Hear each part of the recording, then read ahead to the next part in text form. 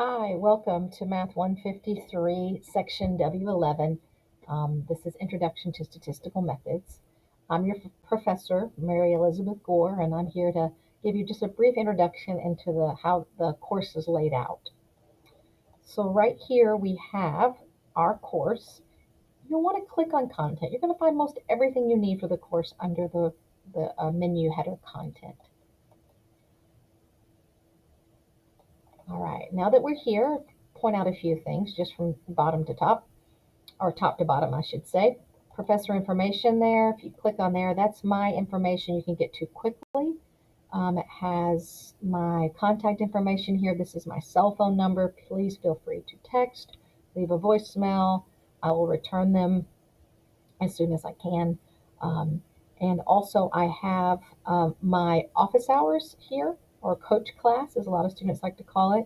And I have almost an hour every day, with the exception of Thursdays, just half an hour. I even have an evening time here on Microsoft, on 6 to 7. They're all on Microsoft Teams. You can pop in and have your questions answered. You don't have to make an appointment. And you can stay 5 minutes or you can stay the whole hour. It's really up to you what the kind of help and support you need. So I just wanted to point that out.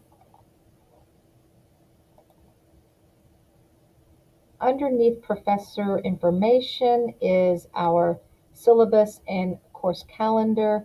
Please take time to look through both of these. They have important dates and information you need to know about the course. Our next landing spot, real quick for now for this video, is Unit 1 lessons. Unit 1 is or I should say, chapters 1 through 5. Our course is divided into 4 units: Unit 1, Unit 2, Unit 3, Unit 4. If you scroll down far enough, you can see each of those here: 2, 3, and 4. And when you open up Unit 1, you can see the 5 chapters. So let me click here.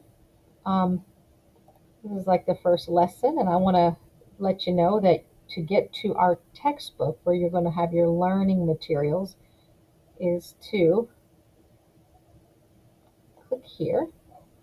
Hold on one second. And underneath here, sometimes you have to click it twice, you can see an external learning tool. And so this is going to show you the lessons for chapter 1. It'll advance you over to our textbook that's by Hawks. And we have 3 places that we land. We have Learn, Practice, and Certify. Let's start with Learn. I would start here. And this is, again, where you're going to see what looks more traditionally like a textbook. Some things to read here. Some pages are longer than others. If you ever see a split screen like this, I've added in some extra material, maybe an extra example in this case that I think might help with what they're trying to describe above. So if it's a split screen, the bottom portion is mine, and I have put it in for help for you, and the top portion is the author's material. So you can see I've added in extra examples here and there. You can scroll up and down both of these environments. In some cases, I'll put a video in so you can watch the video. It's me talking about a topic. So you have sort of a multimedia experience here if you choose, and so forth. So you mouse through all the pages, and then once you're finished learning, you can exit out, and we have the second panel called Practice. This is where you're just going to see if you really have learned anything. You can go through some low stakes, just kind of, I'm not even reading the question, I'm just submitting.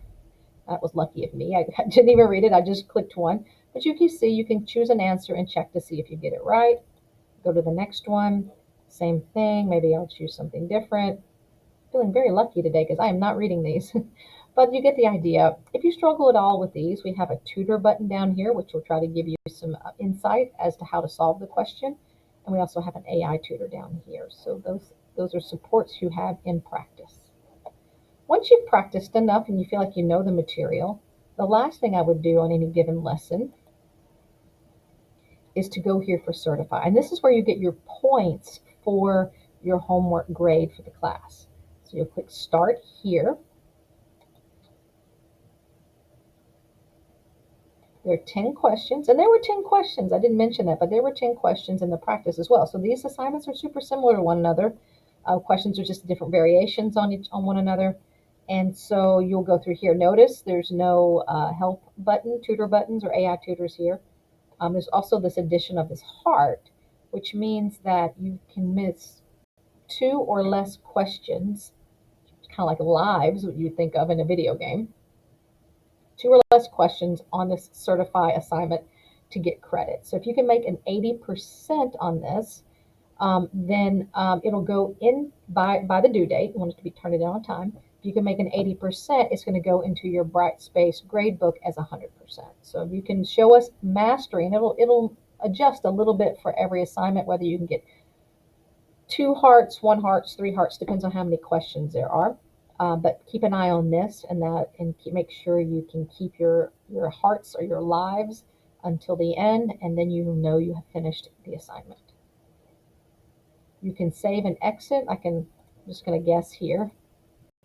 That time I just guessed. I didn't read it. You can see that I have gotten it wrong. You can ask it to display the solution and answers, so you can do some learning while you're doing this as well.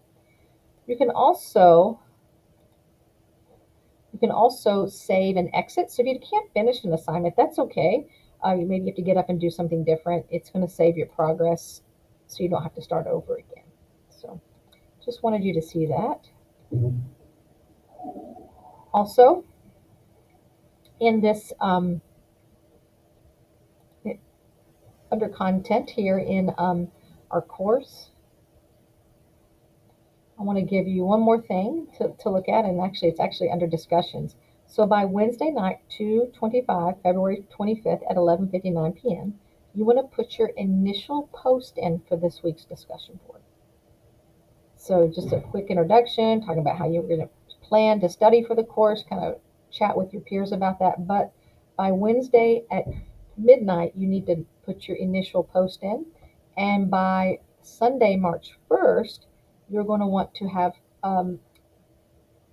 interacted and posted and replied to at least 2 of your classmates for full credit for this assignment. So just wanted to put that out there that that's your first due date. You can see the schedule there under content for all the lessons that are due this week. If you have any questions whatsoever, please reach out to me. I'm here to help. I'm invested in your success, and I hope you have a great semester.